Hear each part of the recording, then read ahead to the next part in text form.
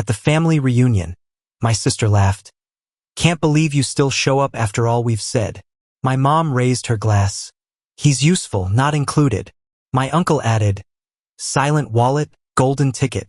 I smiled, took a bite of potato salad, and said, let me know how golden it feels in 5 minutes. Then I pulled out my phone, froze every shared card, and revoked utility autopays. By dessert, the room was filled with screams, and then I was already halfway through my second beer when my sister Lisa said it. Can't believe you still show up after all we've said. No one even pretended to be shocked. In fact, it seemed like half the table was waiting for her to say something like that. My cousin Kyle snorted into his lemonade, and Aunt Marcy reached for her wine like she needed it to stay composed. No one met my eyes, but there was a strange comfort in their silence, like the kind that settles in right before a storm. It wasn't the words that hit. It was how confidently she said them, like I'd earned this place at the table solely as a spectacle. I set my beard down without looking at anyone. It had started already, and I hadn't even had a chance to fake a smile yet. My mom raised her glass, barely glancing in my direction. He's useful, not included. Some of them laughed again. It wasn't even malicious. It was worse. It was casual, like they were just stating facts, not taking shots, like it was just something everyone agreed on by now. Then Uncle Doug added his bit without missing a beat. Silent wallet, golden ticket. He looked around as if expecting applause for that line, and they gave it to him. Jake chuckled and bumped fists with Kyle under the table like they were part of some winning team. I just smiled. Not wide, not fake, just calm. Then I took a bite of the potato salad no one ever touched. The same one I brought every year. They made fun of it every single time, but never told me not to bring it because deep down they liked what I did. They just hated admitting it. Let me know how golden it feels in 5 minutes. I pulled out my phone. No one paid attention. They'd been mocking me for so long. They didn't even recognize a shift in power when it was happening in front of them. First, I froze the shared credit cards. All of them. Lisa's gas card. Mom's groceries. Dad's monthly meds. I put them all in my name because it was easier because John's good with money. I used to think they appreciated it. Next, I opened the utility portals. Water, electric, internet, garbage, even the insurance policies for both cars. They claimed I had no right to drive. All connected to my accounts. All set to autopay from my salary. I revoked every single one. Then came the apps. Hulu, HBO, Netflix, Spotify, Family, Apple Music. Removed every device but mine. Every account I'd let them freeload on while being told I wasn't mature enough to have a serious relationship. The air outside shifted. A low thud came from the AC unit, followed by a metallic where that sounded like a car dying on the highway. The kitchen lights blinked. The Wi-Fi dropped. Jake's phone disconnected mid-video and he let out an annoyed grunt like he'd been personally wronged. What's going on? He muttered. Uncle Doug looked around confused. Aunt Marcy started tapping her phone and Lisa asked Dad if he paid the power bill. That's when Mom stood up. What do you think you're doing? Her voice wasn't angry. It was scared. That's what surprised me. I didn't answer. I just leaned back, finished my beer, and waited. By dessert, the panic had hit. The fridge beeped with a power fault. Lisa's banking app wouldn't load. Mom's pharmacy texted her about a failed prescription renewal. Even Dad's truck wouldn't start. His insurance app had logged out and locked his roadside assistance. This isn't funny, Mom said. No one was laughing anymore. They started accusing each other first. Then they turned on me, said I was being petty, vindictive, that this wasn't what family does. You're not God, Lisa said. Then maybe stop praying to me every month, I said. Doug snapped. Said he'd call the police if I didn't fix it. I told him, go ahead. Maybe they'd like to see the receipts on how long they've been draining me while treating me like furniture. Eventually, they left. Not a word of apology. Just rage, confusion, and threats of we'll talk tomorrow. But tomorrow wasn't going to fix anything because I just started. They didn't call the next morning. They showed up not together either. My mom rang the doorbell first, and less than 5 minutes later, my dad's truck pulled into the driveway like they hadn't even coordinated it. Just both decided I had to be dealt with immediately. I knew it was going to happen. I'd actually been surprised it didn't happen sooner. The knock wasn't friendly. Not loud either, just firm. Determined. I waited a few minutes, let them wonder if I was even home. When I opened the door, they didn't waste time. Your mother's meds didn't go through. The pharmacy says the card was declined. I nodded. She stood there like she expected me to drop into action, log into the accounts, apologize for the overreaction, and tell her everything would be okay now. Then Dad stepped in. We can't get gas. Your mother had to cancel her appointment. This isn't funny anymore, John. It never was, I said. He frowned like he didn't understand, like I just started speaking a different language. That's always been their blind spot. If I wasn't paying for something, driving them somewhere, fixing a bill or account issue, I became invisible. The only times they truly looked at me were when I stopped being useful. Look, just restore the cards. You made your point. Now stop dragging this out. Dragging it out? They still thought I was doing this to prove something. Like I was trying to teach them a lesson. As if this wasn't years overdue. As if I hadn't had my life trampled over every time I tried to build something of my own. Mom stepped closer. We need to settle this today. You don't want to make enemies in your own family. That line that wasn't even subtle anymore. I stayed calm, told them I wasn't settling anything today or any other day, that they should leave. She blinked at me like I'd smacked her. Then Dad chimed in. You've really let all this go to your head. You're being arrogant. You don't treat your parents like this. No, I said I usually let my parents treat me however they want. That's what's changing. They didn't like that, but they also had no argument. So they left, not yelling this time, just confused, cautious, like they realized something shifted and they didn't know how deep it went yet. That should have been the end of it, but I knew them better. Later that night, I saw the Facebook post. Lisa, of course, she wrote something about how it's so heartbreaking when family becomes transactional and how money turns people into monsters. Nothing direct, but loaded with just enough bitterness that all the aunties could start chiming in with prayers and passive-aggressive advice. I didn't respond. I didn't even open the comments. The next day, I got a fraud alert from the bank. Someone had taken out a $4,000 microloan under a family account that had once been linked to mine. Technically not my responsibility anymore. Legally not my problem. But emotionally they thought I'd break. That I'd see the debt and rush in to clean it up like I always did. That I'd be so horrified by the idea of them sinking into short-term loans and late payments that I'd plug the hole again. Even if it bled me dry. I didn't. I went out to eat alone. Got a burger, tipped 40% and went for a walk without my phone. 2 days passed. Total silence. Then Mom sent a text.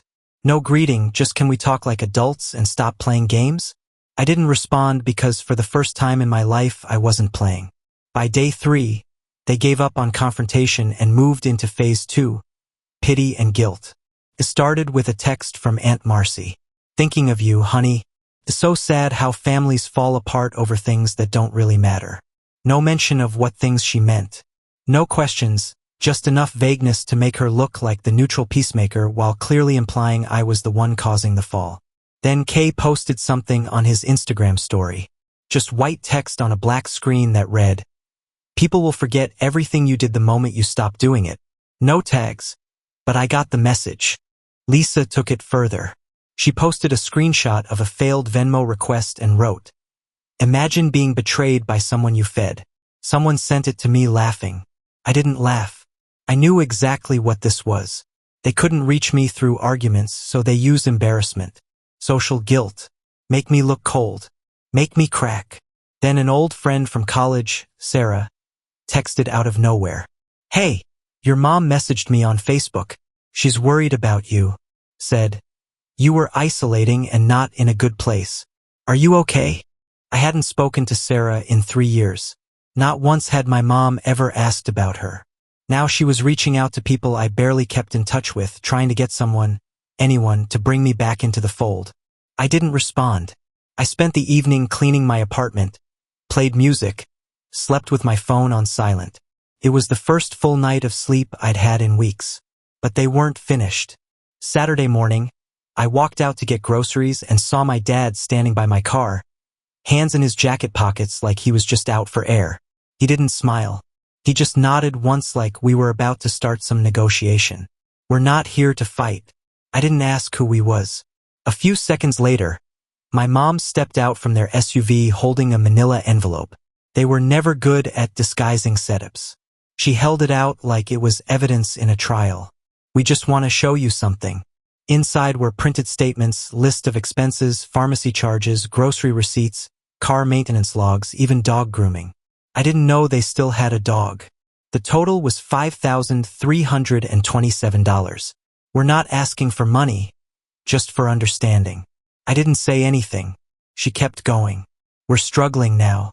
Really struggling. Not everything is as simple for us as it is for you. My dad cut in. You've always helped. We never had to ask. You just knew what needed to be done. That was true. I did know. I'd always known because I made it my job to know, because when I didn't step in, things broke. Lights went out. Credit cards maxed. Cell phones got cut off. So, I'd fix it every time until that became the new normal. And now that I wasn't doing it, they were falling apart and blaming me for letting them live this way in the first place. You should have told us it was too much. I did. You didn't hear it because I didn't scream it. You could have said no. I did. You ignored it. They kept saying this wasn't about money. But every word, every move, every gesture came back to it. That I had something they didn't. That I owed them for having it. We're your parents, John. And I'm not your exit strategy. My mom looked like she wanted to cry. My dad's jaw was clenched like he was holding back some kind of ultimatum. I told them I had errands to run and they should go. You really want to cut us out over this? No. You already did that a long time ago. I just finally stopped bleeding for it. They left quiet this time. No yelling, no final threats, just silence, which was new and honestly a little scary. I thought they'd stay quiet after that. For the next few days, it actually felt like they had no texts, no random drop-ins, no indirect messages from distant cousins or family friends. It was like the volume on my life had been turned down for the first time in years. Then on Thursday, I got a call from work. HR wanted to speak to me. I walked in expecting some scheduling issue. Instead, my manager closed the door behind me and asked if everything was okay at home. He looked genuinely concerned, but I could tell he didn't understand what he was even asking about. Turns out someone had emailed the company from an anonymous account. Claimed I was misusing work resources, said I'd been using company time and devices to manipulate and defraud family members, and suggested they do a deep dive into my behavior. The email was filled with vague accusations and strange phrasing. Like whoever wrote it didn't fully understand how businesses work, but was trying to sound official. HR knew it was nonsense. They checked everything. But the fact that someone had tried to drag my job into this, that shook me. I didn't say anything to them, just thanked them for letting me know. But inside, I was already narrowing it down. That night, I drove to Lisa's apartment. I didn't plan to go in. I didn't even knock. I just parked across the street and waited. Around 11 o'clock, I saw her lights go off. A few minutes later, I saw her leave in someone's car. I drove off. I didn't need to follow. I already knew. The next morning, my dad called. First time in over a week. I let it ring. Then my phone lit up with a voicemail. He said he didn't know what was going on anymore, but that mom was really not doing well. That she hadn't eaten in 2 days, was crying constantly, and that the whole family felt like it was being torn apart. Said she was planning to go to the hospital if this didn't end soon. I didn't call back. I knew how she operated. Tears, threats, hell scares. It wasn't the first time, but later that evening, I got a notification from the pharmacy app. Once still had access to an old reminder I'd never turned off. My mom hadn't picked up her meds in 6 days, and I froze because as much as I'd armored myself, part of me still wondered, what if she really was spiraling? What if something actually happened? So, I drove to their house, pulled into the driveway. The porch light was on, but no one came to the door when I knocked. I let myself in with the spare key under the mat. The house was dead silent. Living room dark, kitchen untouched, dishes in the sink. Then I heard the TV upstairs. I walked up and found them both in the bedroom sitting watching a game show. A full pizza box open between them. Bottles of soda on the nightstand. My mom looked surprised to see me. My dad didn't look at me at all. I stood there. Just stood. And then I turned around and left without a word. The next morning, I changed every password to every account I still had a shred of access to. I cut off the pharmacy app. I revoked their Wi-Fi plan. I even changed my phone number. I was done giving them any more pieces of me, but I didn't expect what happened next. 3 days later, a sheriff's deputy knocked on my door. He handed me a folded piece of paper in formal notice. Lisa had reported me for financial harassment. Said I'd endangered her credit and withheld funds. It was garbage legally speaking, but it meant I had to respond to the county. Waste time, energy, maybe even hire a lawyer. I asked the deputy if they did this a lot. He just sighed and said, "You'd be surprised. It was all a game to them now. A new way to pressure me back into my old place. But they had no idea how far I was willing to go." The paper from the sheriff didn't scare me. It irritated me. Not because I thought I was in any real legal trouble. I knew the report was hollow, but because it showed how little they thought of consequences, how easily they played with things they didn't understand just to win a fight they started. Lisa didn't care about the fallout. She just wanted to see if she could rattle me. So I rattled her back. I called the county office, explained everything, sent documents, timelines, email receipts, my last shared bank logs showing every transaction. Turns out Lisa had been using one of the cards I'd shut off to buy online clothes and restaurant delivery under my name for months. Never once paid me back. She'd conveniently left that part out. The clerk on the phone didn't say much. But a few days later, Lisa withdrew her complaint. No apology, just silence. That was fine. I was already moving past apologies. Then my parents showed up again, this time unannounced. I just finished a load of laundry and was letting dinner cool when the doorbell rang. I opened it to both of them on the porch, standing like they were about to sell me something they didn't believe in. "We need to talk." I let them in. They didn't sit. My mom looked around like she was checking to see if another woman lived there. Or maybe just hoping one finally did so she could pretend that was the real issue all along. "We're in trouble," she said. "We had to take out another loan. The interest is." I stopped her. "You did that to get my attention. It worked. Now you have it. So say what you really came here to say." They looked at each other. "We need your help." I nodded. "Then don't come here again." They blinked. My mom's mouth opened, but no words came out. My dad stepped forward, trying to lean into whatever authority he thought he still had. "You don't get to shut us out forever." I stayed calm. "You shut me out years ago. When I was 22 and gave up my second apartment because you asked me to move closer to help with things. When I lost my first girlfriend because you kept calling at midnight about car trouble. When I canceled a vacation to cover the mortgage shortfall. I never got those pieces back. You didn't just take my money. You took time. You took years." My mom tried again. "We were doing our best." "No, you were doing what was easy. And I was easy to use. That ends now." They stared at me like they were seeing a stranger. I opened the door. "Please leave." For once, they didn't argue. They just walked out, stunned into silence. And that should have been the end. But 2 days later, I saw a transaction alert tied to my name from a loan company I didn't recognize. A $4,000 microloan. They'd taken one out in my name. They must have found an old form, an old ID copy, something. I don't know how, but they did.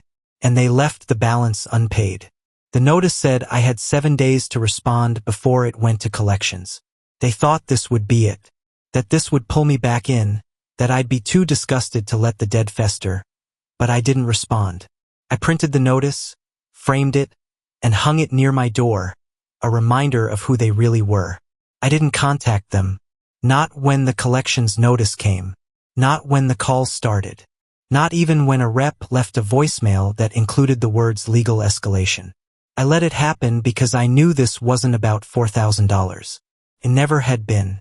It was about control, about whether I could be baited back into their game. And I had to let the bait rot untouched. No matter how bad it smelled. 3 weeks passed. No calls from my parents, no fake emergencies, no cousins texting vague guilt trips. The silence didn't feel peaceful anymore. It felt like a pressure cooker, like something was about to snap. Then one morning, I got a knock at the door. Not urgent, just steady. I opened it to find my parents on the porch again, but something was different this time. They looked tired, but not in the way I'd seen before. It wasn't an act. Their clothes were wrinkled, their hair undone. My mom didn't speak right away. She held an envelope and extended it slowly. I took it. Inside was a receipt. They paid off the $4,000 loan in full. Cash. Where did you get it? I asked. She didn't answer. My dad looked at me. Real direct eye contact, which he rarely did. We sold the dining room furniture. That caught me off guard. That table had been in the family since I was a kid. All those Thanksgivings, birthdays, graduations, it was the only thing they ever preserved. You sold the table and the hutch and the china, he said. We had to. They said the debt was going to affect your credit. That's when I finally spoke the words I'd been holding back for years. I'm not your emergency exit anymore. My mom nodded. Just once. Then my dad said something I didn't expect. We're scared. Not of money, of you not needing us, that we became dead weight. I waited, and you never once said that out loud before now. They didn't deny it. They didn't cry. They just stood there. I told them to go home. That I wasn't ready to forgive anything. That I didn't know if I ever would. That if they wanted even a fraction of a relationship with me in the future, they'd have to start by staying the hell out of my life. No check-ins, no drive-abys, no using other people to reach me. If you show up again uninvited, I will change the locks, report harassment, and cut ties completely. I said it quietly, but something in my tone must have hit because my mom stepped back. My dad just nodded. They walked to the car without another word. That was 4 months ago. Since then, nothing. No calls, no emails, no family drama. No surprise bills, no guilt posts. It's like they disappeared. Or maybe I just finally cut the last cord. And for the first time in my life, I feel like I own all my hours, not just the ones they left behind. The family still talks about me. I hear things secondhand. That I'm cold. That I've changed. That I've turned my back. They're not wrong. I've changed. And I'm not turning back. 6 days after they stood on my porch, I got a letter. Not an email, not a text, a real letter. No return address printed. Not handwritten. Just a single folded page inside a plain white envelope. It wasn't a plea, it was a list, bullet points, every card, every account, every bill I'd ever helped them with. Dates, amounts, times I'd saved them from overdraft or default. They had written it all down. Some of it was wrong. Some of it was exaggerated, but it didn't matter. At the bottom was a line. This is what you did for us. We understand now what it cost you. No names, no apology, just that. I didn't know what to make of it. At first, I thought it was guilt. But then I realized it wasn't that either. It was resignation, a final gesture, a signal that they'd stopped fighting to pull me back into their world and were finally beginning to live in their own. I didn't reply. Then I got a text from Lisa, the first since her failed complaint. You win. That's all it said. Not I'm sorry. Not, I didn't understand. Just surrender in 2 words. I didn't respond to that either. I thought it would feel satisfying, maybe even triumphant, but it didn't. It felt quiet, like I was standing outside a house I'd already moved out of, looking at the lights through the windows, realizing I didn't belong there anymore. Later that week, I got a message from a number I didn't recognize. It was a man named Rick. Said he was helping my dad with some money stuff and needed a copy of an old tax return I'd once filed jointly to help them refinance something. I blocked the number. I don't care what they refinance. I don't care what they sell. I don't care if they have to start over from nothing. That's not my problem anymore because I also had to start over alone. And I built something stable out of that. In the end, it wasn't revenge. It wasn't pride. It was just relief. They don't call anymore. No more fake emergencies. No more social media sniping. The silence became real. And I finally get to live a life where no one is waiting to pull me under again. Took years. Took pain. Took moments that nearly broke me. But now I know who I am without them. And I like him,